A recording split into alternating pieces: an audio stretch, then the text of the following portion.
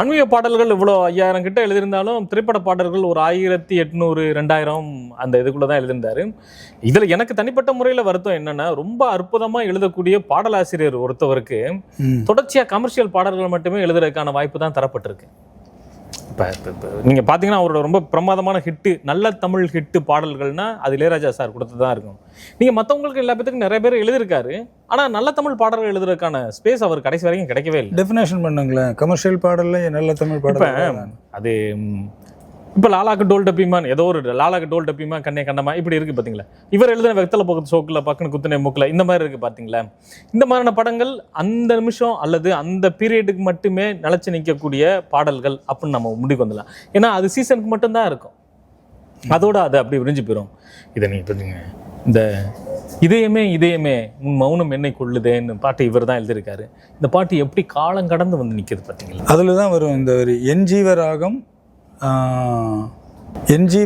கலந்தாடும் காற்று உன்மீது படவில்லை துடித்தேன், அரங்கேறும் பாடல் உலகெங்கும் கேட்டும் உன்னஞ்சை தொடவில்லை தவித்தேன், இசைக்கின்ற கலைஞன் நான் ஆகி போனேன் அப்படின்னு வரும். அது காதலை சொல்ல முடியாத காதலை அது. ஸோ இது மாதிரின்னு நல்ல தமிழில் எழுதக்கூடிய பாடல்களை பாடணும் கம்மியாக தான் கொடுத்துருக்காங்க இவருக்குங்கிறீங்களா? ரொம்ப ரொம்ப கம்மியாக கொடுத்துருக்காங்க. ஆனால் கமர்ஷியல் பாடல்கள் நிறைய எழுதியிருக்காரு அவர்.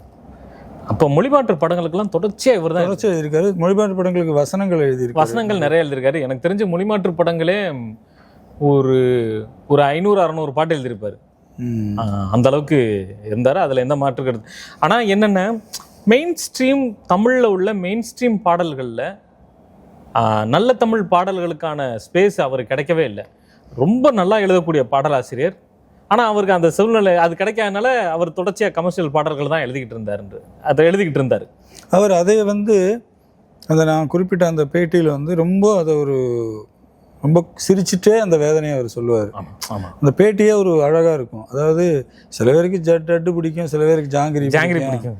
என்ன எழுதியது பிடிக்கல, அவங்க என்ன கூப்பிடலை அப்படின்னு. ராஜா கிட்ட தான் அவர் கொஞ்சம் க்ளோஸாக இருந்து ராஜா கிட்ட இல்லை இந்த வார்த்தை அவருடைய பாடல்களை பற்றி அவர் இப்படி கிரிட்டிசைஸ் பண்ணாரான்னு எனக்கு தெரில. அவங்க என்ன ஒரு சில பாடலாசிரியர், ஒரு சில இசையமைப்பாளர்களுக்கு, குறிப்பாக ராஜா சார் மாதிரியான ஆட்களுக்கு புலமை பித்தனை அவங்க முதன்மையாக எடுத்துக்கிட்டு இருந்தாங்க. மாதத்துக்கு 1 அல்லது 2 பாட்டு தான் இவருக்கு இது கொடுத்தாங்க. அதனால மற்ற பாடலாசிரியர்களை பற்றி சொல்லும் போது இந்த ஒப்புமையை சொல்லியிருந்திருப்பாரு. அவருடைய எழுத்து திறமை பற்றி இந்த ஒப்புமை சொல்லியிருந்தாரான்னு எனக்கு தெரில. இருந்தாலும் ரீசெக் பண்ணிக்கலாம். அவரோட எழுத்து திறமை பற்றி அவர் சொல்லல. அவர் என்ன சொல்றாருன்னா, அவங்களோட சாய்ஸ், அதுக்கு நான் என்ன பண்ண முடியும். சில பேருக்கு லட்டு பிடிக்கும், ஜாங்கிரி பிடிக்குங்கிற மாதிரி, சில பேருக்கு சில பேரை பிடிச்சிருந்து அவங்களுக்கு தொடர்ந்து கொடுத்தாங்க. அந்த மாதிரி எனக்கு கொடுக்கல. இவருக்கு திறமை இல்லைன்னு அவர் எங்கேயுமே சொல்லல. நீங்க கொடுத்துப்பாரு. அவர் தான் அப்படிதான் சொல்றாரு, கால் மேல கால் போட்டு தான் உட்காருவேன், எனக்கு ஒரு சின்ன ஒரு தாழ்வு மனப்பான்மை இருந்துச்சு நேரத்தினால, அதை போக்குறதுக்காக சஃபாரி. ஆனா அடிப்படையில அவர் அப்படிப்பட்ட குணம் இல்லாத ஒரு மனுஷன், ரொம்ப பழகுறதுக்கு ரொம்ப தன்மையானவர் நிறைய பேர் சொல்லி கேள்விப்பட்டிருக்கேன் நான். அதுதான் அவரோட சூப்பர் ஹிட் மீனம்மா மீனம்மா மீனம்மா மீனம்மா. இதுக்கு பின்னாடி ஒரு கதை இருக்கு. இளையராஜா சாருடைய ரசிகர் மன்றம் நடத்தின ஒரு விழாவில் பங்கேற்கிறதுக்காக இங்கேருந்து கங்கை அமரன், இளையராஜா சாருடைய அண்ணன் பாஸ்கர் சார், இவர் பிறை சொல்கிறேன் ஐயா, இவங்க எல்லா பேரும் போயிருந்திருக்காங்க. போகும்போது தான் அப்போ ராஜாதி ராஜா படத்தை இவங்க ஃபேமிலி ப்ரொடியூஸ் பண்ணி அதில் வர்ற வருமானத்தை வச்சு பாஸ்கர் சாரை செட்டில் பண்ணலான்னு ஒரு ஐடியாக்காக இவங்க பாவலர் பிரதர்ஸ் அந்த படத்தை எடுக்கிறாங்க.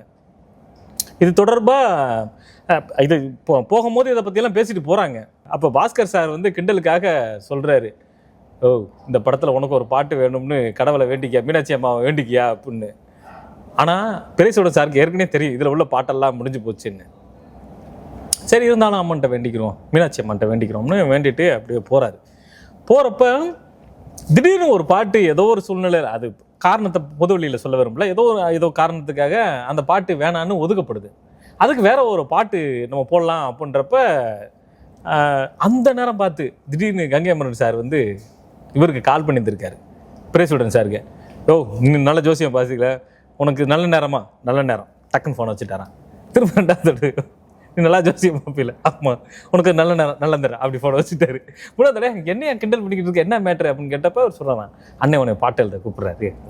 அப்படியே போனப்போ ஏதாவது எழுதி குடியா நான் போடுறேன் அப்படின்னு ராஜா சார் சில நேரம் அப்படி ஆயிடுவார்ல கோவத்தில்.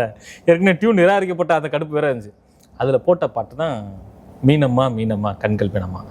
அந்த அம்மா இருக்காங்க இல்லையா மீனாட்சி அம்மா, மீனாட்சி அம்மாவை கம்பேர் பண்ணி இங்கே போட்டது மீனம்மா.